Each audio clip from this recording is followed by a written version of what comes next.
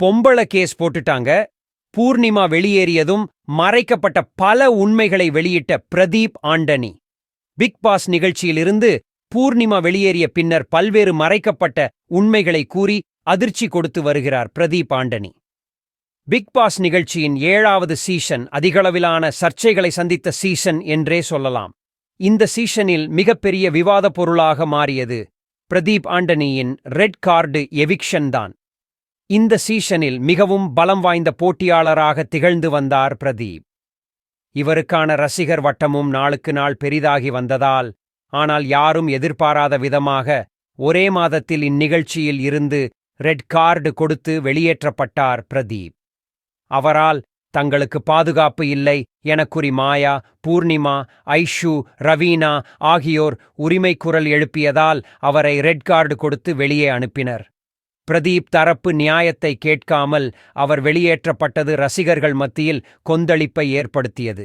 இதனால் பிரதீப்புக்கு நியாயம் கேட்டு சமூக வலைதளங்களில் குரல் கொடுத்தனர்.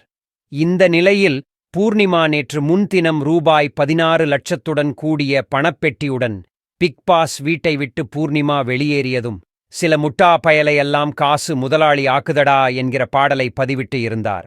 அவர் பூர்ணிமாவை கிண்டலடிக்கும் வகையில்தான் இப்பாடலை பதிவிட்டுள்ளார் என்று எண்ணிய நெட்டிசன்கள் சிலர் அவரை விமர்சித்து வந்தனர்.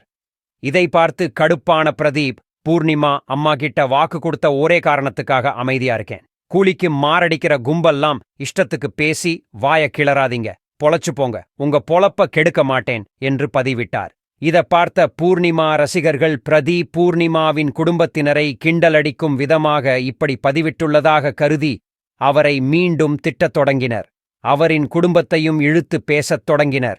இதனால் கோபமடைந்த பிரதீப் ஃபர்ஸ்ட் வெளியே வர போட்டியாளர்கள் கிட்ட பிக் பாஸ் வீட்டு பாத்ரூம்ல டாப்பால் இருக்கான்னு கேட்டுட்டு, என்னை வந்து கலாய்ங்க, என் குடும்பத்தை இழுங்க, என் மனநிலை பத்தி பேசுங்க, சும்மா ஒன்னும் தெரியாம யூகத்தை தூக்கிக்கிட்டு வராதீங்க, என் மடில கணமில்லை என பதிலடி கொடுத்தார்.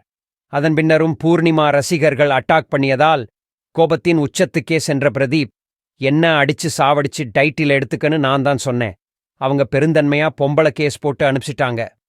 அப்படிதான் நான் பார்க்கிறேன். உண்மையில நான் யாருக்கும் எதிரானவன் அல்ல. இந்த சீசன் முடிஞ்சதும் நான் போய் சம்பளம் வாங்கிட்டு வர்றேன்.